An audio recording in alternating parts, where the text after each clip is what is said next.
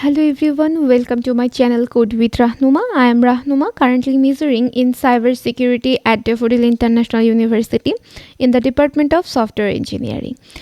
Information and system security প্লেলিস্টের আজকের video লেকচারে আমরা জানব ওয়ান টাইম প্যাড অ্যালগোরিদম কিভাবে কাজ করে। ওয়ান টাইম প্যাড অ্যালগোরিদমের যে রুলসগুলো রয়েছে, অ্যাট ফার্স্ট আমরা একটু রুলসগুলো বিষয়ে একটু জানার ট্রাই করব। আমাদের এখানে রুলস আছে কি এর জন্য, মানে কি এর ক্ষেত্রে আমরা কি কি রুলস ফলো করব, চলুন সেটা একটু দেখে নিই। স্ট্রিং, ডেফিনেটলি এখানে স্ট্রিং হবে। কি এর জন্য আমরা শুধুমাত্র স্ট্রিং ইউজ করতে পারবো। সিজার সাইফারে আমরা কি হিসেবে শুধুমাত্র নাম্বার ইউজ করেছিলাম, অ্যান্ড সেখানে আমরা 5 দেন 595 এসব ইউজ করেছিলাম, রাইট? গত ভিডিও লেকচারগুলোতে আমি এসব নিয়ে আলোচনা করেছি। আপনারা যারা গত ভিডিও লেকচারগুলো দেখেননি, আমার সাজেশন থাকবে গত ভিডিও লেকচারগুলো দেখে দেন এই ভিডিও লেকচারটি দেখা। আদারওয়াইজ যদি আপনাদের সিজার সাইফার নিয়ে বা ইনক্রিপশন ডিক্রিপশন নিয়ে কোনো ধারণা না থাকে, সেক্ষেত্রে এই ভিডিও লেকচারটি বোঝা আপনাদের জন্য একটু টাফ হতে পারে। এবার আমরা ওয়ান টাইম প্যাডের ক্ষেত্রে কি হিসাবে শুধুমাত্র স্ট্রিং ইউজ করতে পারবো। ওকে, স্ট্রিং মিন্স কি হতে পারে? স্ট্রিং হতে পারে CYBE এর সাইবার, এটা একটা কি হতে পারে, বা আমাদের কি হতে পারে সিকিউরিটি, SECURITY সিকিউরিটি, অথবা কি হিসেবে আমার নামও হতে পারে রাহনুমা।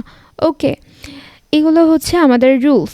এবার আরেকটি রুলস আমাদের একটু মাথায় রাখতে হবে, সেটা হচ্ছে যদি কি এর সাইজ ছোট হয় সেক্ষেত্রে আমরা কি রিপিট করব, এবং যদি কি এর সাইজ যদি বড় হয় সেক্ষেত্রে আমরা শুধুমাত্র রিকোয়ার পার্টটুকুকে নেব। এই রুলসটা আপনারা জাস্ট মাথায় রাখেন আপাতত। যখন আমরা ইনক্রিপশন ডিক্রিপশন করব সে সময় এই রুলসটা অ্যাকচুয়ালি কোথায় কাজ করছে এটা আমরা তখন বুঝতে পারবো। আপাতত আপনাদের শুধু এতটুকু মনে রাখা জরুরি যে যদি কি স্মল হয় দেন আমরা সেটাকে রিপিট করব, এবং আরেকটি হচ্ছে যদি কি বিগ হয় বা বড় সাইজের হয় তখন আমরা শুধুমাত্র রিকোয়ার্ড পার্টটুকুকে নেব, বাকি পার্টটুকু ইউজ করব না। ওকে, অ্যান্ড সিমিলারলি সিজার সাইফারে আমরা যে রুলসটা ইউজ করেছিলাম ইনক্রিপশন অ্যান্ড ডিক্রিপশনের জন্য, এক্ষেত্রেও কিন্তু ইনক্রিপশন ডিক্রিপশনের রুলসটা সেমই থাকছে। CI is equal to PI plus K and PI is equal to CI minus K. তো চলুন আমরা একটি এক্সাম্পল দিয়ে একটু বোঝার চেষ্টা করি ওয়ান টাইম প্যাড অ্যালগোরিদম বা OTP অ্যালগোরিদম কিভাবে কাজ করে। এখানে আমাদের একটি প্লেন টেক্সট দেয়া আছে ডেফোডিল, এবং আমাদের কি দেয়া আছে সাইবার, এবং আমাদেরকে ফাইন্ড আউট করতে বলা হয়েছে cipher text. Cipher text find out করতে বলা হয়েছে, দ্যাট মিনস আমাদেরকে ইনক্রিপশন করতে হবে, এবং ইনক্রিপশনের ক্ষেত্রে এইখানে আমরা দেখতে পাচ্ছি একটা টেবিল দেওয়া আছে। তো চলুন শুরু করা যাক। ইনক্রিপশনের শুরুতে আমরা আমাদের প্লেন টেক্সটটি দেখতে পাচ্ছি এবং আমাদের কি দেখতে পাচ্ছি। তো প্রথমে আমরা আমাদের প্লেন টেক্সটটিকে লিখে ফেলবো। প্লেন টেক্সট ইজ ইকুয়াল, আমরা পাচ্ছি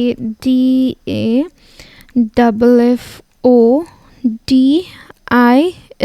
ডেফোডিল, এবং এবার আমরা এটাকে কনভার্ট করব PI এ। তো PI এ কনভার্ট করার জন্য আমরা প্রথমেই পাচ্ছি D এর ভ্যালু 4, A এর ভ্যালু 1, F এর ভ্যালু 6, অ্যান্ড দেন O এর ভ্যালু 15, দেন D এর ভ্যালু অ্যাগেইন 4, I এর ভ্যালু 9, অ্যান্ড L এর ভ্যালু 12।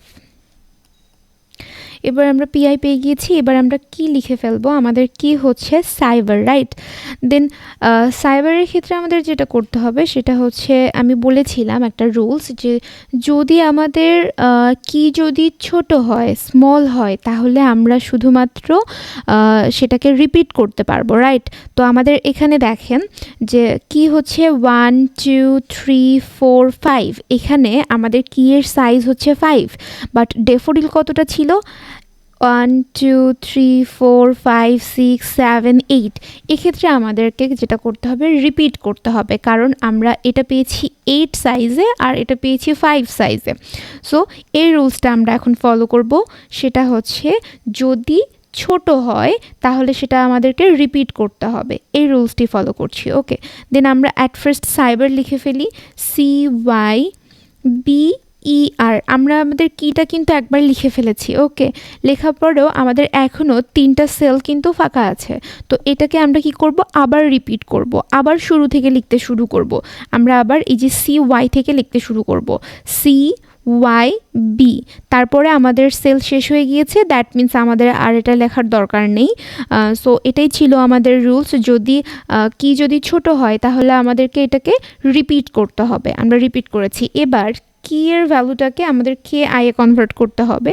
দ্যাট মিন্স আমাদের এই যে CYBER এই ভ্যালুগুলোকে আবার ফাইন্ড আউট করতে হবে। C এর ভ্যালু এখানে আমরা পাচ্ছি 3, দেন আমরা Y এর ভ্যালু পাচ্ছি 25, দেন আমরা B এর ভ্যালু পাচ্ছি 2, অ্যাগেন আমরা E এর ভ্যালু পাচ্ছি 5, অ্যান্ড দেন R এর ভ্যালু আমরা পাচ্ছি 18, অ্যান্ড দেন অ্যাগেন C এর ভ্যালু আমরা পাচ্ছি 3, Y এর ভ্যালু 25, অ্যান্ড B এর ভ্যালু 2।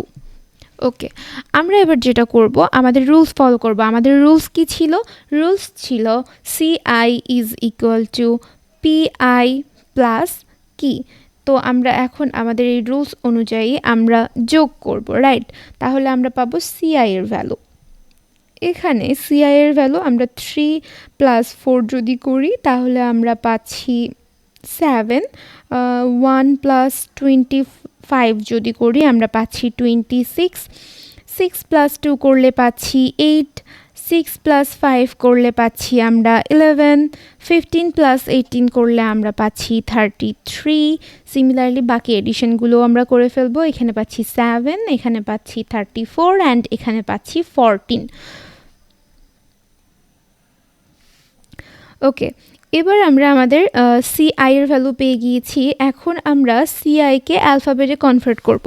বাট একটা বিষয় খেয়াল করে দেখুন তো, আপনি 1 থেকে 26 পর্যন্ত কনভার্ট করতে পারবেন, কিন্তু এখানে তো আমরা 33 পেয়েছি এবং 34 পেয়েছি। 33 অ্যান্ড 34কে আমরা কিভাবে কনভার্ট করব? ওই যে আমাদেরকে রিমাইন্ডার ক্যালকুলেট করতে হয়েছিল, আমরা এখন 33 অ্যান্ড 34 এর জন্য রিমাইন্ডার ক্যালকুলেশন করব। তো অ্যাগেইন আমরা আমাদের CI এর ভ্যালু এখানে 7 এর ক্ষেত্রে 7ই পাচ্ছি, 26 এর ক্ষেত্রে আমরা 26 থেকে যাবে, 8, 11ও ঠিক থাকবে, বাট 33 এর জন্য আমাদের রিমাইন্ডার ক্যালকুলেশন করতে হবে। তো চলুন আমরা 33 এর রিমাইন্ডার ক্যালকুলেট করি। 33কে রিমাইন্ডার ক্যালকুলেশন করতে গেলে আমাদের 33কে 26 দিয়ে ভাগ করতে হবে। 26 কেন? কারণ আমাদের এই টেবিলে 26টা অ্যালফাবেট আছে, তাই আমরা এখানে 26 দিয়ে এটাকে ডিভাইড করব। দেন 26 দিয়ে যখন আমরা ডিভাইড করব আমরা এটার অ্যান্সার পাচ্ছি 1.30। যেহেতু এটা পজিটিভ নাম্বার তাই আমাদের কীভাবে ক্যালকুলেট করতে হবে, 1.30 এর ক্ষেত্রে আমরা শুধুমাত্র পয়েন্টের পরের ভ্যালুটা নেব অ্যান্ড সেটার সাথে আমরা 26 গুণ করব। গুণ করার পর আমরা পাচ্ছি 7.8, এবং এই 7.8কে আমরা যদি রাউন্ড করি আমরা পাবো 8। তাহলে আমাদের রিমাইন্ডারের ভ্যালু 33 এর রিমাইন্ডার ভ্যালু হচ্ছে 8। দেন আমরা যেটা করতে পারি, 33কে আমরা এক্সচেঞ্জ করে এখানে আমরা 8 লিখতে পারবো। 7 এর ক্ষেত্রে 7ই থেকে যাবে, এটার কোনো চেঞ্জ নেই। অ্যান্ড এবার 34 এর রিমাইন্ডার ক্যালকুলেশন করতে হবে। 34 এর রিমাইন্ডার যদি আমরা ক্যালকুলেট করি তাহলে আমরা এখানে পাবো 8। আপনারা নিজেরা 34 এর রিমাইন্ডার ক্যালকুলেট করে দেখবেন যে আপনাদের অ্যান্সার 8 আসছে কি না, এবং 14 এর ক্ষেত্রে 14ই থেকে যাবে, এটার রিমাইন্ডার ক্যালকুলেশন করার কোনো দরকার নেই।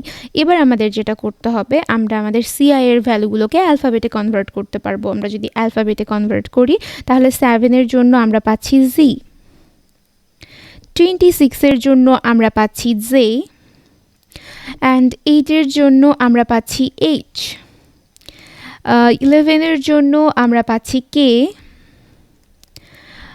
8 এর জন্য আমরা পাচ্ছি অ্যাগেন H, 7 এর জন্য আমরা পাচ্ছি অ্যাগেন G, 8 এর জন্য অ্যাগেন আমরা পাচ্ছি H, অ্যান্ড 14 এর জন্য আমরা পাবো N।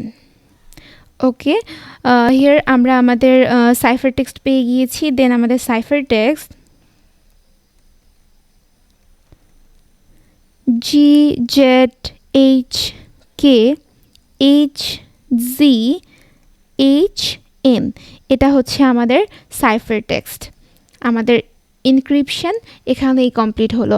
আশা করি ওয়ান টাইম প্যাড কিভাবে কাজ করে এটা আমি অলরেডি আপনাদের বোঝাতে পেরেছি। তো আমাদের এই যে আমরা এক্সাম্পলটা দেখলাম, এই এক্সাম্পলটা টোটালি ছিল এই রুলসের উপর ডিপেন্ড করে। যদি আমাদের কি যদি স্মল হয় দেন আমরা সেটাকে রিপিট করব।